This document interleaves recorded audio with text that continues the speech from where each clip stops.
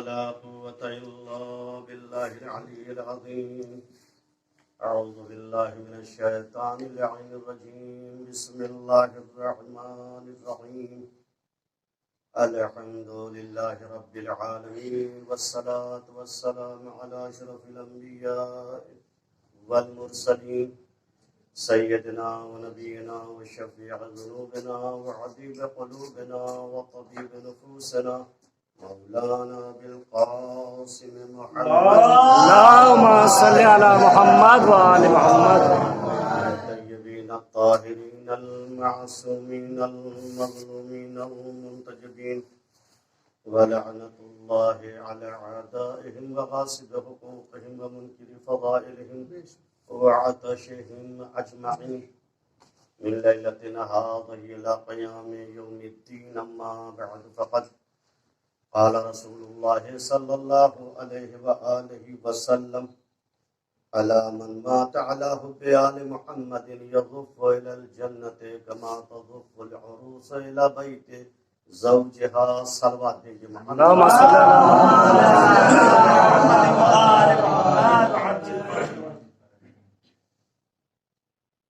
حضرات، یہ جو حدیث میں نے آپ حضرات کی خدمت میں تلاوت کی ہے، ہمارے آپ کے آخری نبی حضرت محمد مصطفیٰ صلی اللہ علیہ وسلم ان کی یہ حدیث ان احادیث میں سے ہے، ان روایات میں سے ہے کہ جو آپ نے آئے مودت کے ذیل میں ارشاد فرمایا. 12-14 حدیثیں ہیں کہ جو نبی اکرم نے ارشاد فرمائی ہیں، اور خاص کر کے ان لوگوں کے لیے کہ جو محمد اور آل محمد کی محبت رکھتے ہیں اور اسی محبت پر اس دنیا سے چلے جاتے ہیں. غالباً ایصال ثواب کی مجلس ہے اور اسی کو مد نظر رکھتے ہوئے میں نے اس حدیث شریف کو آپ حضرات کی خدمت میں عنوان کلام قرار دیا ہے. گزارش ہے کہ ایک مرتبہ سورہ حمد اور 3 مرتبہ سورہ اخلاص کی تلاوت فرما کر مرحوم محمد. حضرات بہت جلدی زیادہ زحمت آپ حضرات کو نہیں دینا ہے کہ کہیں بارش کا سلسلہ پھر شروع ہو جائے اور وہاں سے تو یہاں آ گئے ہیں تو یہاں سے وہاں جانا مشکل ہے اور کھانا بھی ٹھنڈا ہو جائے گا. آپ حضرات بھوکے بھی ہیں، عادت ہے جلدی کھانا کھانے کی طالب علم. ہم لوگ تو بہرحال زمانے کے حساب سے 11-11:30 بجے کھانا کھاتے ہیں. ایک اور سلوات دیجیے.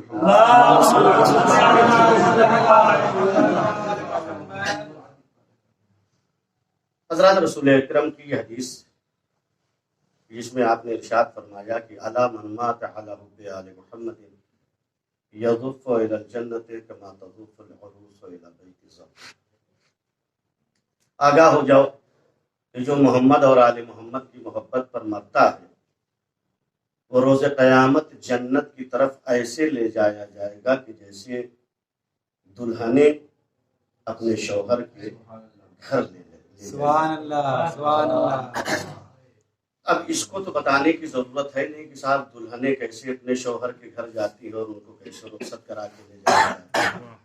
لیکن ہاں اتنا ضرور ہے کہ زندگی میں پہلا ایسا موقع آتا ہے کسی لڑکے کے لیے کہ اتنی عزت ملتی ہو اور اتنا احترام ہوتا ہو اس کا، اور جب لڑکے کو اتنا احترام اور اتنی عزت ملتی ہے تو بہرحال دلہن کو تو اس سے زیادہ احترام اور عظمت دی جاتی ہے. سلوات ہے. اور شاید رسول اکرم نے اسی لیے یہ ارشاد فرمایا ہو کہ جب آپ کے یہاں یعنی سماج میں دولہا کو اور دلہن کو اتنی عزت دی جاتی ہے کہ انسان زندگی میں اسے یادگار سمجھتا ہے، تو محشر میں اور آخرت میں مرنے کے بعد جب جنت اور جہنم کا فیصلہ ہوگا تو جنت کی طرف اہل بیت کے چاہنے والوں کو اتنا ہی احترام اور عظمت کے ساتھ لے جائے گا، اتنا ہی احترام دیا جائے گا.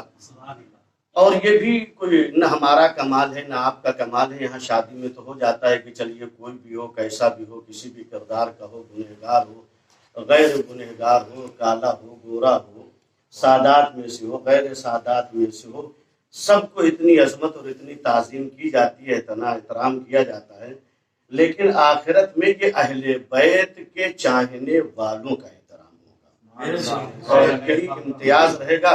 بہرحال ایک دو روایت اسی کے سلسلے میں اور عرض کر دیں، اور میں نے پہلے کہا کہ زیادہ زحمت آپ حضرات کو نہیں دینا ہے۔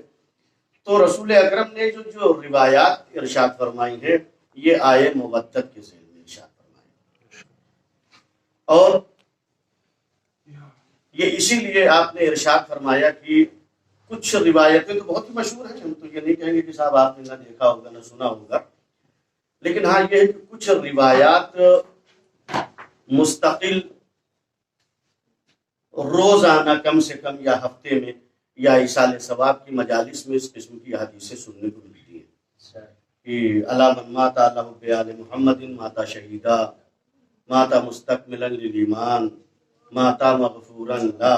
یہ سب روایات ہیں اسی تسلسل کی کہ جو آپ حضرات سنتے ہیں۔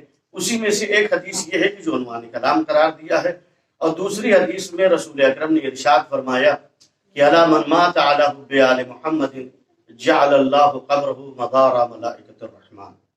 آگاہ ہو جاؤ جو اور آل محمد کی محبت کے اوپر مرتا ہے، پروردگار عالم اس کی قبر کو ملائکہ کی زیارت گاہ بنا۔ نعرہ حیدری، ہماری بات ہے کہ نہ ہم اس لائق ہیں، نہ آپ اس لائق ہیں، نہ ہمارا کوئی عزیز اور خاندان کا اس لائق ہوتا ہے۔ یہ لیاقت اور صلاحیت اگر ہے تو محبت اہل بیت کہ جو بھی اس محبت کے اوپر یعنی اہل بیت کی محبت کے اوپر مرے گا، پروردگار عالم اسے نوازے گا، عزت دے گا، احترام دے گا، اس کی تعظیم کی جائے گی۔ اور پروردگار عالم کا مقصد صرف اتنا سا ہے کہ اہل بیت کے چاہنے والے بغیر حساب کے جنت میں چلے جائیں۔ اس کا مقصد یہ نہیں ہے کہ کسی اہل بیت کے چاہنے والے کو، محب اہل بیت کو جہنم میں ڈالے، مقصد اس کا یہ نہیں ہے۔ اس لیے کہ اگر اس کا مقصد یہ ہوتا تو رسول اکرم یہ ارشاد نہ فرماتے کہ لو اجتمع الناس علی حب آل محمد لما خلق اللہ النار۔ اگر علی کی محبت پر سب ایک پلیٹ فارم پہ آ جاتے تو پروردگار عالم جہنم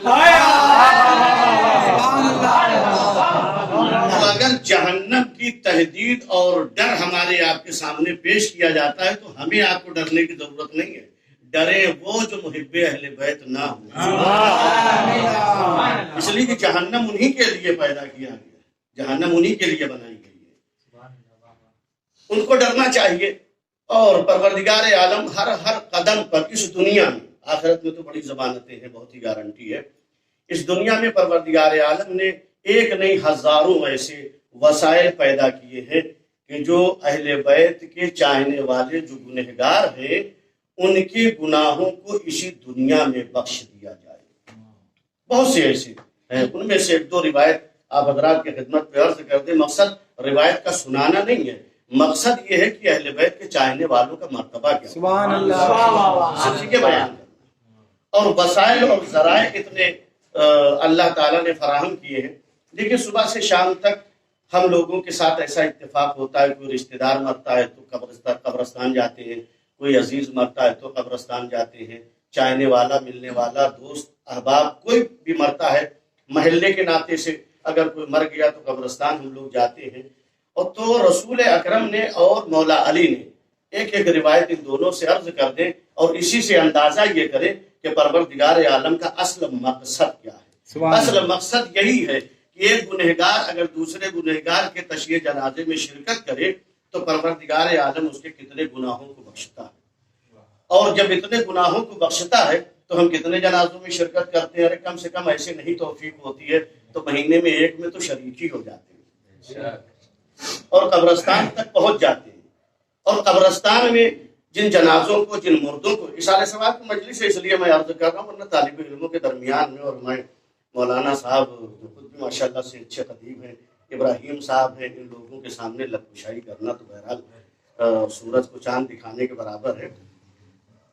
تو یہ روایات ایسی ہیں کہ جو یہ ہمیں بتاتی ہیں کہ اگر ہم ان تمام چیزوں کے اوپر عمل کریں تو پروردگار عالم ہر قدم پر ہمارے کتنے گناہوں کو بخشے. مولا علی نے ارشاد فرمایا, سلوات بھیجے, آپ نے ارشاد فرمایا کہ من قال عند دخول المقابر كتب اللہ له ثواب 50 سنة ومحى عنه وعن أبيه وأمه ذنوب 50 سنة. اگر کوئی قبرستان میں داخل ہوتے وقت, انٹری کرتے وقت, دروازے پر قدم رکھتے وقت اگر کوئی ایک فقرہ کہہ دے, اور وہ کیا بہت آسان ہے, من قال عند دخول المقابر بسم اللہ الرحمن اگر کوئی اپنی زبان سے صرف بسم اللہ الرحمن الرحیم کہہ دے, دیکھیے یہ نہیں کہا کہ سورہ یاسین پڑھتے قرآن ختم کر لے, نہیں, کچھ نہیں. یعنی جب ایک آیت پڑھنے کا اتنا ثواب ہے سورہ یاسین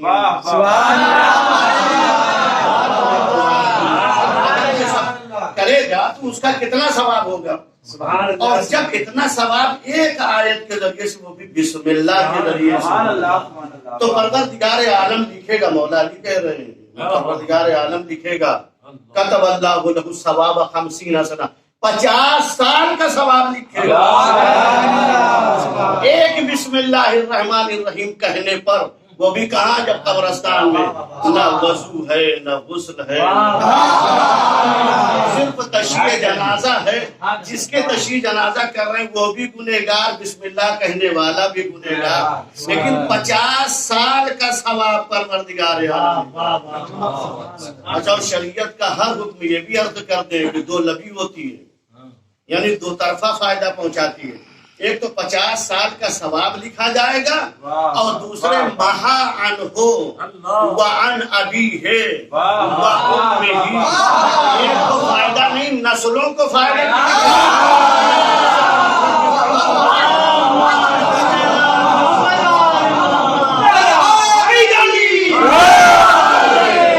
کا ثواب بھی ملے گا, اور اس کے نامہ اعمال سے, اس کے باپ کے نام اعمال سے, اس کی ماں کے نام اعمال سے پروردگار عالم مٹائے گا 50 سال کے گناہوں کو.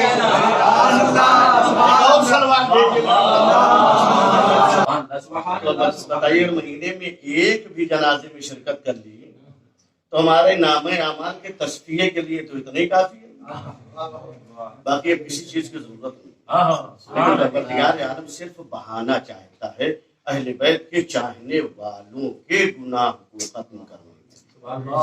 اور اگر ان چھوٹی چھوٹی باتوں پہ ہم لوگ نہ عمل کریں تو پھر بڑا کام کیا کریں گے, مغفرت کے لیے بڑا کیا کام کریں گے. اس لیے کہ ایک بسم اللہ سے اتنا فائدہ پہنچ رہا ہے. لیکن اگر آپ غور کریں تو واقعاً اس آیت کا بھی کمال کس وجہ سے ہے, وہ صرف ایک بائے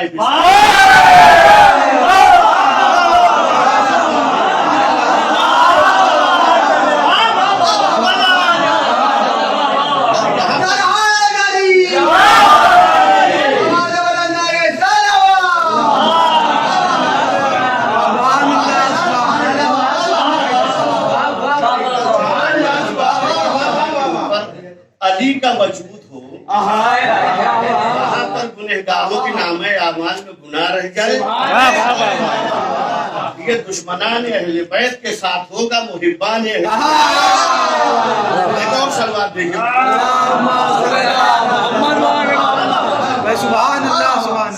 اور بہرحال ایک روایت اور عرض کرتے رسول اکرم کی ہے اسی سے متعلق, اور یہ سب اس لیے میں عرض کر رہا ہوں, میں پھر کہہ دوں دوبارہ سے کہ پروردگار عالم صرف بہانہ چاہتا ہے, صرف بہانہ چاہتا ہے کہ اہل بیت کے چاہنے والوں کے گناہ کیسے ختم کیے. سبحان اللہ. ہمارے یہاں کوئی بسم اللہ میں اور صلوات میں کوئی فرق نہیں ہے, اس لیے کہ جب صلوات بھیجنے پر اتنے ثواب درج ہو جائیں کہ جو سنگریزوں کا بھی حساب نہ ہو سکے, تو مانی بات ہے کہ بسم اللہ میں تصور ہی نہیں کیا جا سکتا. رسول اکرم نے فرمایا کہ من قرأ آیۃ من کتاب اللہ اگر کوئی قراءت کرے قرآن کی آیات میں سے ایک آیت تو رسول اکرم نے فرمایا کہ پروردگار عالم اسے 70 انبیاء کا ثواب عنایت کرے۔ سبحان اللہ 70 ثواب 70 نبی، 70 نبیوں کا ثواب۔ ہم تو کہتے ہیں پروردگار جن کی آج ولادت ہے ان کے طفیل میں ایک ہی نبی کا ثواب ہے، کا ثواب واہ واہ واہ واہ واہ صرف ایک آدمی کے لیے نہیں، خاندان کے لیے کافی ثواب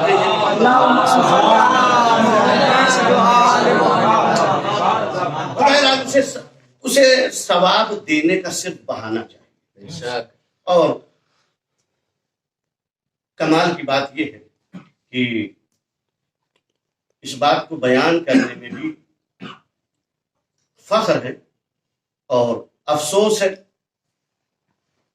اس بات کو کہنے میں کہ اکثریت مسلمان، اس وقت مسلمانوں کی اکثریت ہے، اگر ان کو دیکھا جائے تو انہوں نے ایسے کا دامن پکڑا سبحان اللہ کہ جو دوسروں کو کیا وہ اپنے ہی لیے کچھ نہیں کر سکتے، اپنے ہی لیے کچھ نہیں کر سکتے۔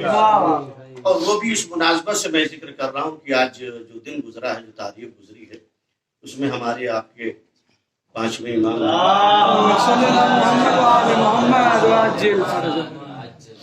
ان کی ولادت کی تاریخ ہے، اور میں اسی وجہ سے ثواب کی خاطر اس بات کو بھی ذکر کر دوں کہ مسلمانوں کا سب سے بڑا امام، مسلمانوں کا، شیعوں کا، ابو حنیفہ، اور جتنے بھی ان کے امام ہیں وہ ابو حنیفہ سے پڑھ کے امام بنے۔ ابو حنیفہ کے یا شاگرد ہیں یا شاگردوں کے شاگرد ہیں، پھر وہ امام بنے مسلمانوں کے امام بنے۔ لیکن یہاں پر جو بات کہنے کا مقصد ہے وہ یہ کہ مسلمانوں نے یہ تو دیکھ لیا کہ یہ امام کتنا بڑا ہے اور ان کے شاگرد کتنے بڑے امام ہیں، لیکن یہ نہ سوچا کہ جس سے پڑھا ہے، جس نے شاگردی اختیار کی، وہ اتنا بڑا امام، تو جو استاد ہوگا وہ کتنا بڑا۔ اس لیے کہ انہی کا، یعنی انہی بزرگ کا یہ قول ہے، کہنا ہے کہ لولا السنتان لہلک النعمان، اگر ہمارے 2 سال نہ ہوتے تو یہ ابو حنیفہ ہلاک ہو گیا ہوتا۔ تو سوال کیا گیا کہ وہ 2 سال تمہارے کون سے ہیں؟ تو اس نے بتایا کہ یہ 2 سال وہ ہیں کہ جو ہم نے 5ویں امام اور 6ٹھے امام کے سامنے زانوے ادب طے کیا۔ اندازہ کرے کہ 2 سال میں کیا علم حاصل ہو جاتا ہے۔ یہاں تو 11 12 سال ہم اس مدرسے کے شاگرد کہلانے کے لائق نہیں ہوتے۔ اس نے امام سے 2 سال پڑھا تو مسلمانوں کا امام بن گیا۔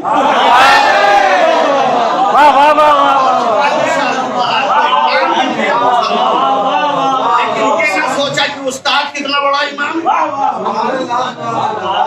ایک مرتبہ 5ویں امام کی خدمت میں یہ شخص آتا ہے، یعنی ابو حنیفہ، تو امام نے سوال کیا اس سے کہ میں نے سنا ہے کہ تو احکام شریعت کو قیاس کے ذریعے سے حل کرتا ہے، اور لابے ملا دیتا ہے، زمین و آسمان کو ایک کر دیتا ہے قیاس کی بنیاد کے اوپر۔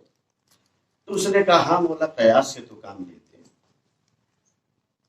کہا اچھا، اگر تم قیاس سے کام لیتے ہو تو یہ بتاؤ کہ قتل کا گناہ زیادہ ہے یا زنا کا گناہ زیادہ ہے؟ لیکن مسلمانوں کے سب سے بڑے امام کا امتحان ہے،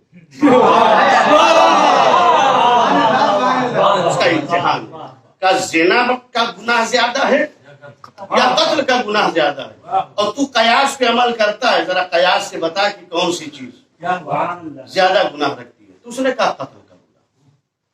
تو امام نے کہا قتل کا ہے تو 2 گواہ کیوں؟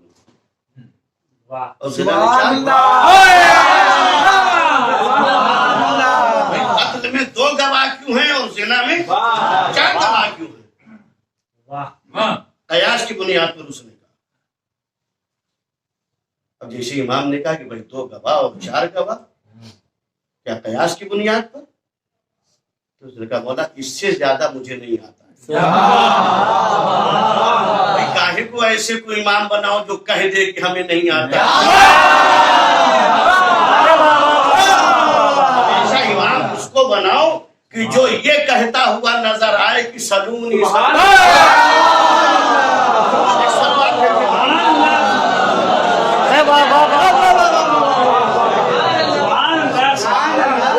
فوراً سرنڈر ہو گیا. امام نے کہا اچھا ایک سوال اور تم سے کرتے ہیں کہ قیاس کی بنیاد پر تم اس کو بھی حل کرو اور بتاؤ. کہا کہ ہاں مولا پوچھیے. تو امام نے اس سے سوال کیا کہ یہ بتاؤ پیشاب زیادہ نجیس ہے یا منی زیادہ نجیس ہے؟ تو اس نے کہا مولا پیشاب زیادہ نجیس ہے. تو کہا پھر غسل کیوں نہیں ہے, وضو کیوں ہے؟ پیشاب کے بعد وضو ہے لیکن غسل نہیں ہے, منی کے بعد غسل ہے. کہا کیوں ایسا ہے؟ تو پھر کہا مولا مجھے نہیں معلوم. یہ مجھے نہیں معلوم کہہ کے بتاتا ہے کہ امام ہم نہیں ہیں. اور جب اللہ امام بناتا ہے تو ویسے ہی علم بھی دے کے بھیجتا ہے. تو انہوں نے 2 سال میں حاصل کر کے سمجھ لیا کہ ہم سب سے بڑے امام ہیں. امام نے کہا اچھا ایک سوال اور آخری سوال کا یہ بتاؤ کہ نماز کی عظمت زیادہ ہے یا روزے کی عظمت زیادہ ہے؟ کا نماز کی. تو کہا پھر عورتوں کے اوپر قضا کیوں نہیں مانی؟ قضا کیوں نہیں مانی؟ اس لیے کہ ایام, اب یہاں پر یہ بات کہنے میں کوئی حرج نہیں ہے کہ ایام حیض میں عورتیں نماز نہیں پڑھتی ہیں, یعنی اس کی قضا ان کے اوپر نہیں ہے. کہا کیوں ایسا ہے؟ کہا مولا مجھے نہیں. اب 3 سوال میں سے کسی ایک کا جواب نہیں دے سکا. ہم تو کہتے ہیں اگر امام زندگی بھر سوال کرتے رہے تو زندگی بھر جواب. امام اگر کسی سے سوال کرے تو قیامت تک وہ جواب نہیں دے سکتا. امام اسے کہا جاتا ہے کہ جو قیامت تک لوگ آگے سوال کریں اور کبھی امام یہ نہ کہے کہ اس کا جواب ہم نہیں جانتے.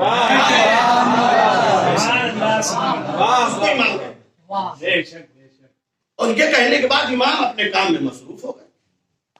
لیکن اس میں جاہل ہوتا ہے آگے. اب جب اس نے دیکھا کہ امام کی کوئی توجہ ہماری طرف نہیں, اپنے کام میں مصروف ہو گئے, کہا مولا جو آپ نے سوال کیا اس کا جواب تو بتا دیجیے. سبحان اللہ. بھائی مانی بات ہے کہ امام ہے, ہم تو ہے نہیں اس کے سامنے, ورنہ ہم تو یہ کہتے جب یہی نہیں جانتے تو ٹھیکیداری اسلام بھی کہتے. کیا ضرورت ہے تم کو بتانے کی, تم قیاس سے حل کر دینا. اچھا طالب علموں کو قیاس بتانے کی ضرورت نہیں کہ قیاس کس کو کہتے ہیں, اس لیے معصوم نے پہلے کہہ دیا کہ اول من قاس اول. یہ سب کو زبانی یاد ہے طلبا کو, ان کے سامنے کیا کہا کہ قیاس کس کو کہتے ہیں. اس لیے کوئی ابلیس کا واقعہ وہ اسی طریقے سے اس مسائل کو حل کیا کرتا تھا. تو جب امام سے گزارش کی کہ مولا مجھے بتا دیجئے اس کا جواب تاکہ مجھے اطمینان ہو جائے, میری تسلی ہو جائے, مجھے تشفی ہو جائے, تو امام نے کہا کہ دیکھ پہلا سوال کیا تھا کہ قتل کا گناہ زیادہ ہے یا زنا کا گناہ زیادہ ہے؟ تو تو نے کہا کہ قتل کا گناہ زیادہ ہے. تو میں نے کیا کہا تھا پھر اس میں 2 گواہ کیوں, اس میں 4 کیوں؟ کہا دیکھ قتل کا مسئلہ یہ ہے کہ ایک شخص کی ذات سے مخصوص ہے, اس لیے 2 گواہ. زنا 2 آدمیوں کے اشتراک ایک کام میں 4 گواہ. اس لیے قتل ایک آدمی کرتا ہے, لہذا 2 گواہ چاہیے. اور زنا میں 2 لوگ مشترک ہوتے ہیں, عورت اور مرد, لہذا اس کے لیے اس کے ثابت اور اس بات کے لیے 4 گواہ چاہیے. اور دوسرا سوال کیا کیا تھا امام نے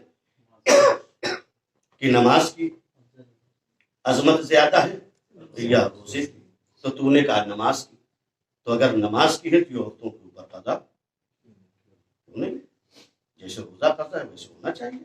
جب وہ دن ختم ہو جائے تو قضا کرنا چاہیے. تو امام نے فرمایا کہ مسئلہ یہ ہے کہ اللہ کی عبادت یعنی نماز روز ہے،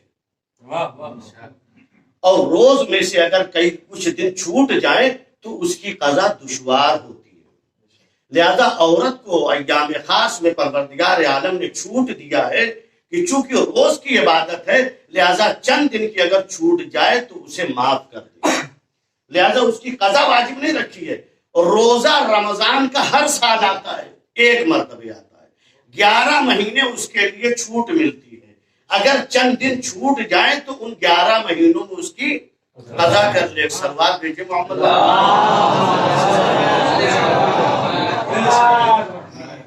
اور پیشاب زیادہ نجیس ہے یا منی زیادہ نجیس ہے؟ تو انہوں نے کہا پیشاب زیادہ نجیس ہے، اگر پیشاب زیادہ نجیس ہے تو غسل کیوں نہیں؟ سبحان اللہ۔ تو امام نے دو رخا جواب اس کو دیا، کہا کہ پہلی بات تو یہ ہے کہ پیشاب مثانے سے آتا ہے، دوسری بات یہ کہ دن میں اگر 10 مرتبہ کسی کو پیشاب کرنا ہو، عدد میں معین کر رہا ہوں، جواب بھی نہیں، چونکہ محمد وآل محمد صلوات۔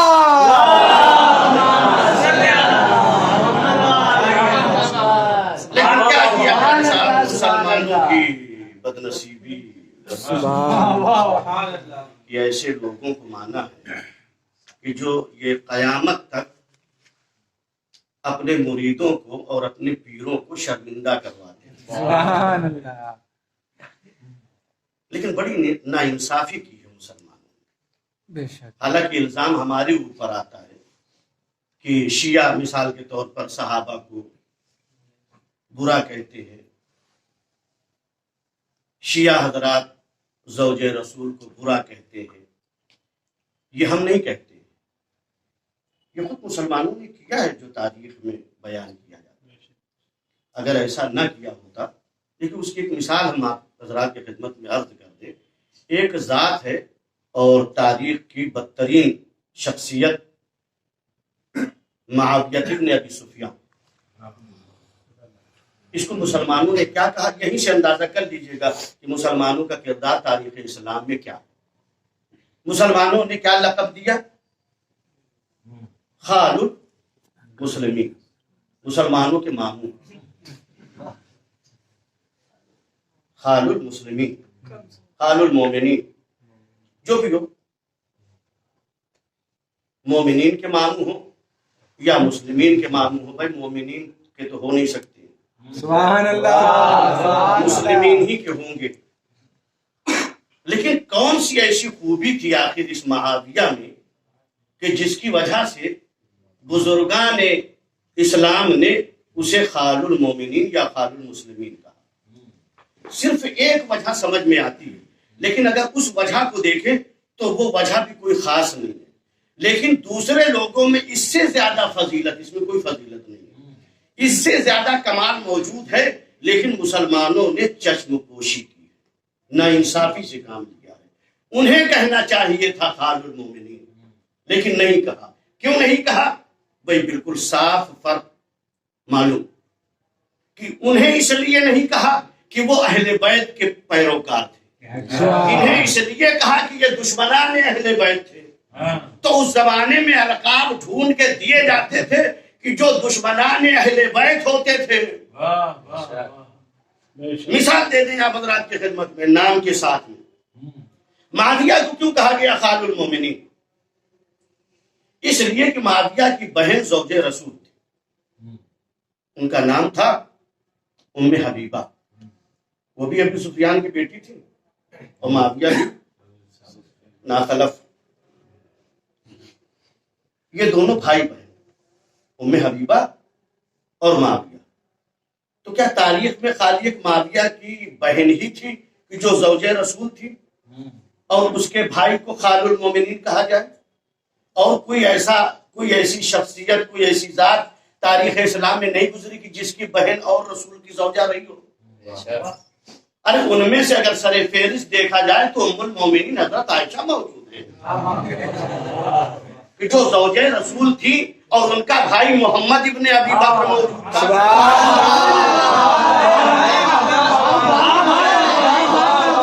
بہن چاہے جیسی رہی ہو بھائی تو ایسا تھا کہ جسے علی نے اپنا بیٹا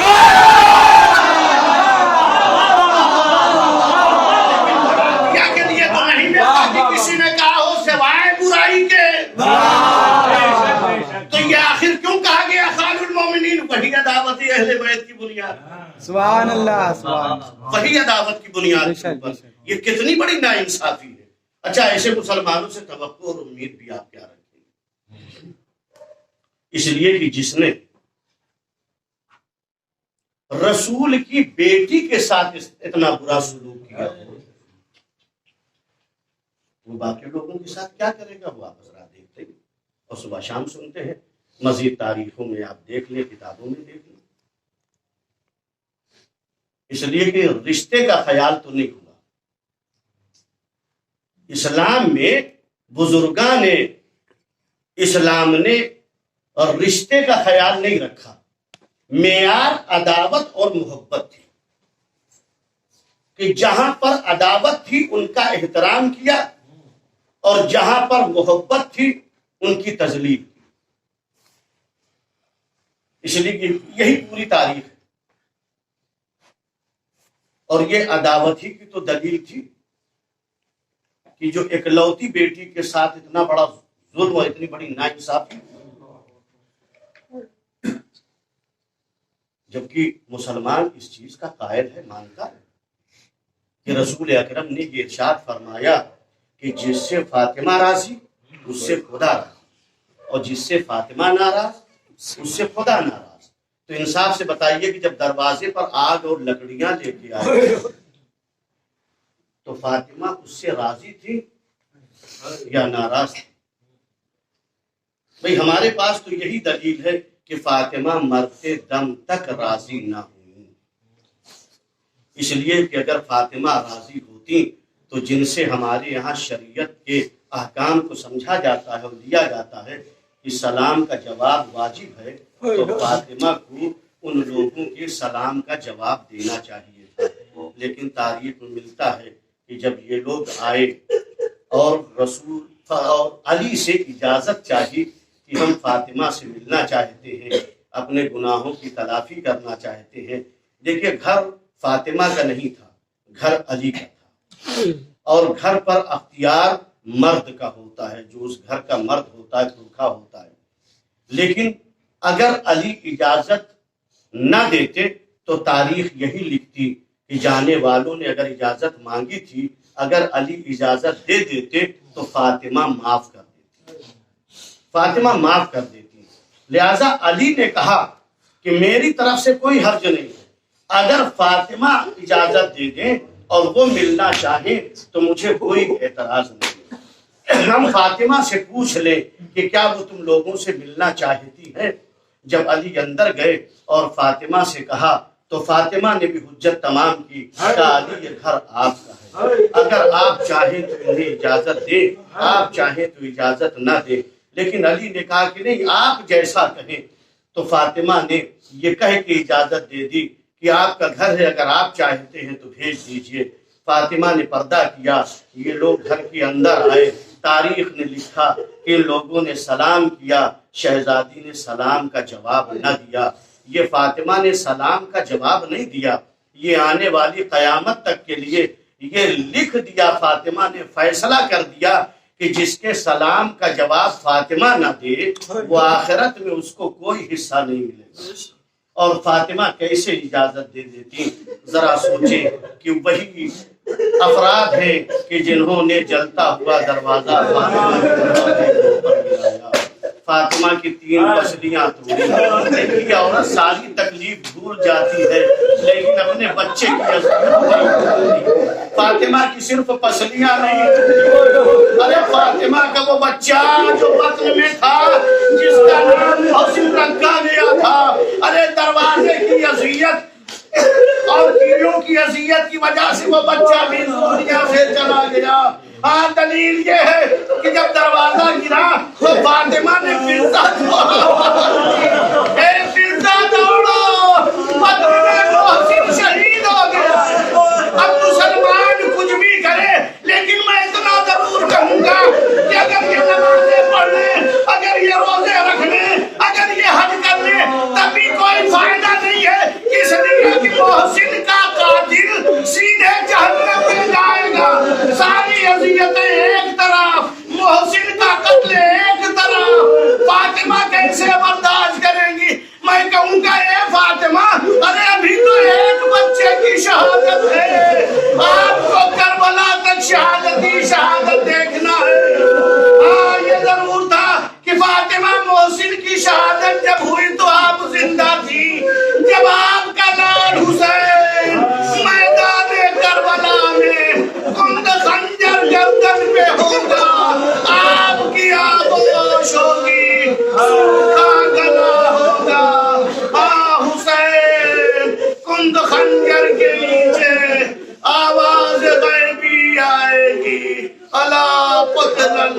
حسین بے کربلا اللہ